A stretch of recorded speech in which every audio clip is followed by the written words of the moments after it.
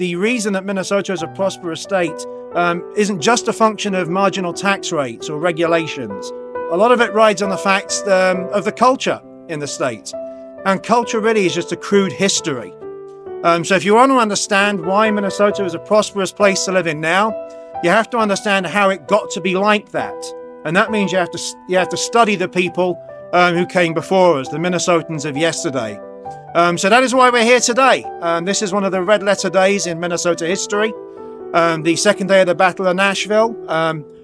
I'd like to invite Ken Flees up now. He can talk about this with far more authority than I can. So I'd like to say thank you very much and hand you over to Ken. In 1867, William Swinton in the 12 decisive battles of the Civil War said, it was Nashville, not Sherman's march to the sea, that settled the war. General J.F.C. Fuller, in his Decisive Battles of the United States, published in 1942, and his decisive battles included Nashville along with Saratoga, Yorktown, Chapultepec, Gettysburg, Santiago, and the Meuse-Argonne as the battles that determined the course of American history. Just imagine, the only two battles he cited in the Civil War were battles that were prominent by Minnesota soldiers, the smallest state with men in the Civil War. In the Civil War, the 5th, 7th, 9th, and 10th Minnesota regiments turned the Battle of Nashville. They would travel further and fight over more terrain than virtually any other unit in the armies in the Civil War. As the 16th Corps in the war, these regiments never tasted defeat. They would be part of the only unit in the war that ever defeated the great Confederate cavalry general Nathan Bedford Forrest at Tupelo. They would be the lead strike force at Nashville for fulfilling Lincoln's prophecy that the war would end when we defeated and destroyed armies, not capturing territory. The great Confederate Army of Tennessee never fought again after this battle.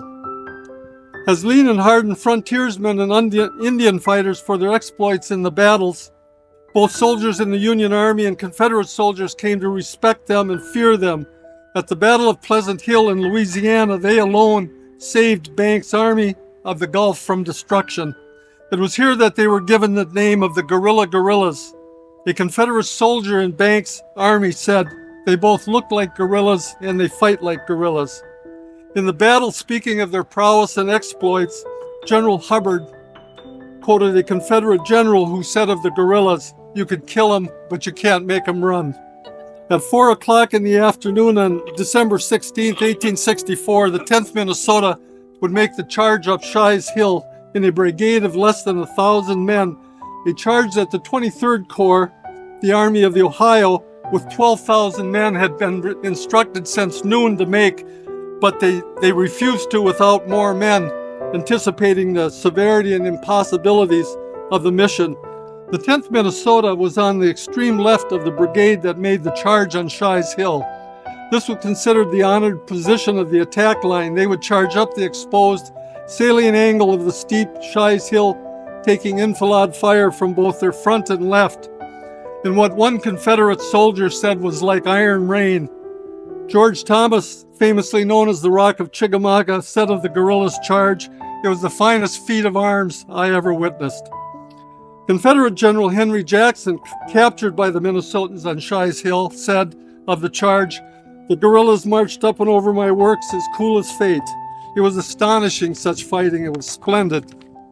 General A.J. Smith, the old Indian fighter from service in the West, who loved the Minnesotans, as he rode by the charge area, as he was going past it, he stopped and in a loud, ringing voice, he shouted, "Hurrah for the snow diggers!"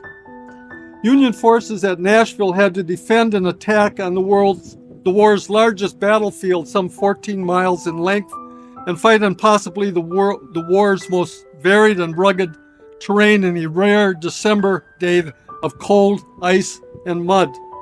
I'd like to conclude by reading a small passage from a piece called "The Final Charge at Nashville."